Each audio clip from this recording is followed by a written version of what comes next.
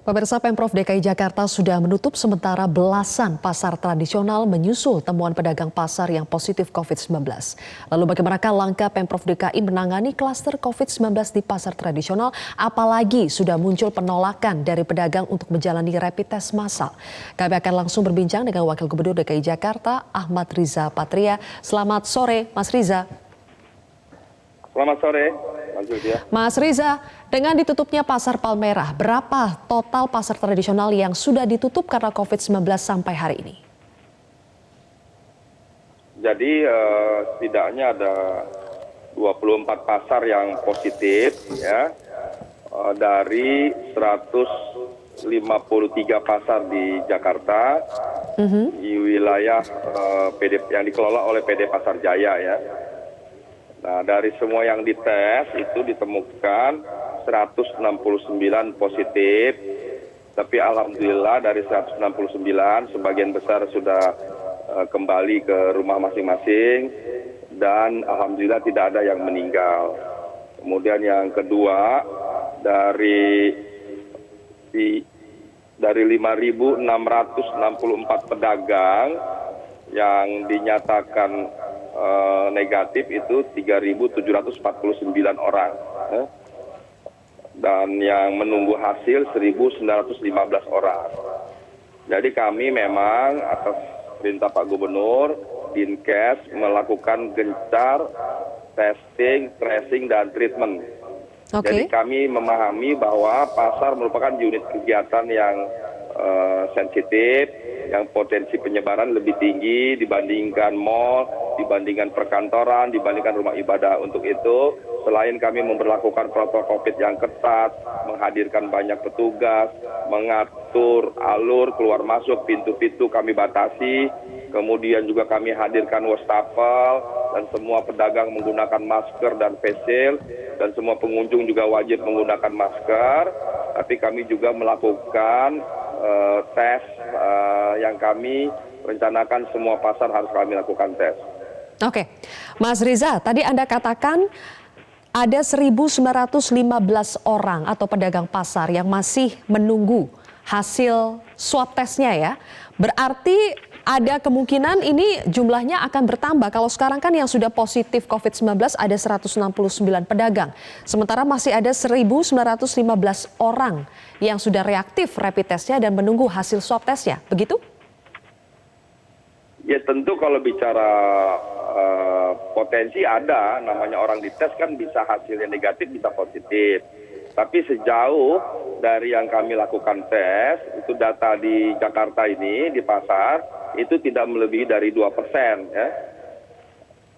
Jadi kami meyakini dari yang hasil tunggu nanti, insya Allah nanti hasilnya akan negatif begitu. Jadi tidak ada lagi yang terkena, ya. Biasanya jumlahnya sedikit ya. 24 pasar dari 153 pasar yang dikelola PD Pasar Jaya ditemukan ada pedagangnya yang positif COVID-19. Lalu apakah semuanya 24 pasar ini ditutup atau hanya sebagian saja?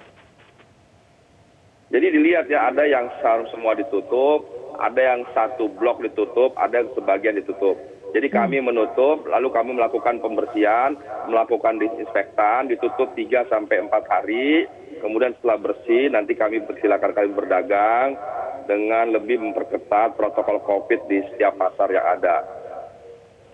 Indikatornya apa, Mas Riza? Ada pasar yang ditutup seluruhnya, ada pasar yang ditutup sebagian saja? Ya kan kita lihat pasarnya, ukuran pasarnya, kemudian yang kena itu pedagang ada di mana, wilayahnya apa, di tengah, di depan, di pojok gitu. Nanti biasanya dilihat di situ. Kan tidak semua satu pasar itu kena semua. Ada yang satu pasar cuma satu pedagang yang kena gitu ya, yang terpapar. Maka kita tutup satu lantai umpamanya atau satu blok gitu. Jadi tidak mesti harus semua pasar ditutup. Oke, baik. Dan sejauh ini pasar yang sudah ditutup sementara ada 12 pasar? Pasar yang pernah ditutup jumlahnya sudah sampai 24 pasar. Yang di pasar itu ada ditemukan positif, pedagang yang positif di 24 pasar. Dari 24 pasar tadi ada yang ditutup sebagian, ada yang ditutup satu lantai. Baik, Mas Riza, kita akan lanjutkan perbincangan. Setelahnya kita akan membahas soal mulai muncul penolakan dari pedagang pasar untuk menjalani rapid test. Bagaimana Pemprov DKI menyikapi penolakan ini? Sesaat lagi. Kami kembali melanjutkan perbincangan bersama dengan Wakil Gubernur DKI Jakarta, Ahmad Riza Patria. Mas Riza, mulai ada sejumlah pedagang yang menolak untuk dilakukan rapid test, misalnya di Pasar Karanganyar dan Pasar Gembrong. Bagaimana Pemprov DKI menyikapi penolakan ini? Ya, jadi yang pertama memang kami melakukan testing yang gencar di pasar-pasar. Ada memang sebagian pedagang yang menghindar karena takut, ya. Takut dites, mungkin takut nanti kalau dites harus diperiksa, di karantina 14 hari dan lain-lain, ya. Saya kira ini sesuatu yang bisa kita maklumi bahwa ada masyarakat yang takut. Namun demikian, kami terus akan melakukan sosialisasi dan memberikan pemahaman. Kami akan kirimkan tim mendatangi yang bersangkutan untuk menjelaskan dan memastikan bahwa yang bersangkutan harus mengikuti tes. Kalau tidak mengikuti tes, itu akan membahayakan dirinya, keluarga, dan lingkungannya. Dan juga kalau juga tidak patuh, tentu kami pastikan yang bersangkutan kami tidak perkenankan untuk berjualan atau berdagang di pasar yang ada. Jadi kami minta seluruh pedagang pasar untuk patuh, taat, dan disiplin. Dilakukan tes, ini tidak berbahaya, justru ini sangat membantu bagi kita semua, khusus pedagang dan pengunjung dan keluarganya, agar teridentifikasi sehingga dipastikan kita melakukan treatment atau pengobatan, penanganan daripada yang bersangkutan. Jadi sekali lagi kita minta seluruh pedagang untuk patuh taat untuk mengikuti mekanisme prosedur daripada testing swab PCR tersebut. Baik, berarti langkah persuasif akan diutamakan, tetapi kalau misalnya masih menolak juga dan tidak bisa diberitahu, sanksinya adalah tidak diperkenankan untuk jualan di pasar. Begitu ya, Mas Riza? Ya, tentu terlebih dahulu kami akan jemput. Jadi kami akan datangi yang bersangkutan sebaik mungkin. Mudah-mudahan bisa dipahami, dimengerti. Ini kadang-kadang kan cuma masalah komunikasi, sosialisasi yang mungkin belum dipahami secara baik oleh pedagang. Insya Allah biasanya pedagang bisa memahami, mengerti, dan insya Allah nanti akan mengikuti tes. Oke, Mas Riza, penerapan ganjil genap di pasar ini kan juga menuai protes dari sejumlah pedagang. Nah, setelah beberapa saat diterapkan, apakah penerapan ganjil genap di pasar ini efektif untuk mengurangi kapasitas orang di pasar? Ya jelas, jadi penerapan ganjil genap itu dalam rangka pembatasan. Karena sesuai dengan PSBB masa transisi, di fase pertama di bulan Juni ini, kami memberlakukan pembatasan 50%. Salah satu cara yang adil, tadi disepakati bersama dengan pengelola pasar, asosiasi pedagang pasar dan pasar itu sendiri, dan para pedagang itu sendiri, lalu caranya dibagi dengan ganjil genap. Sehingga yang berdagang atau bekerja di tanggal genap, kemudian yang tanggal ganjil libur dan seterusnya. Jadi dengan demikian ada pembagian yang adil, juga dapatnya sama, kapan dapat Sabtunya, kapan dapat Minggunya, dan seterusnya.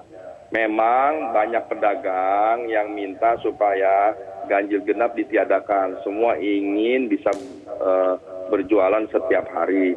Kami coba menyampaikan bahwa kebijakan ini diambil bukan dalam rangka melarang berjualan, tapi dalam rangka melindungi pedagang dan pengunjung dan kita semua. Kalau nanti ditemukan, malah konsekuensi lebih berat lagi. Tidak hanya terjadi penyebaran, tapi juga ditutupnya pasar. Mas Riza, kalau pengunjung perlu dibatasi juga tidak? Iya, memang setiap titik-titik unit-unit kegiatan, semua ada pembatasan. Di pasar juga begitu, di mall juga. Kalau di mall memang lebih maju, kita menggunakan QR code ya, sehingga teridentifikasi berapa jumlahnya. Kalau di pasar, memang juga ada pembatasan yang diatur oleh petugas di pintu-pintu masuk dan pintu-pintu keluar. Dan Pak Gubernur juga sudah menyiapkan personil tambahan dari ASN.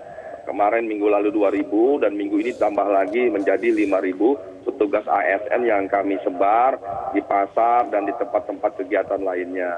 Dan nanti tapi pembatasannya masih manual ya, Mas Riza? Pemeriksaan. Ya betul, pembatasannya memang di pasar-pasar tradisional ini, pasar rakyat ini masih manual. Namun sejauh pemantauan kami, tadi pagi juga saya melihat, memang pasar kita ini belum seperti hari-hari biasa ya.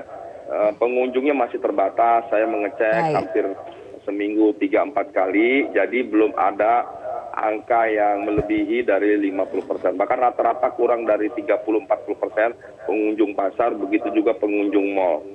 Oke, baik.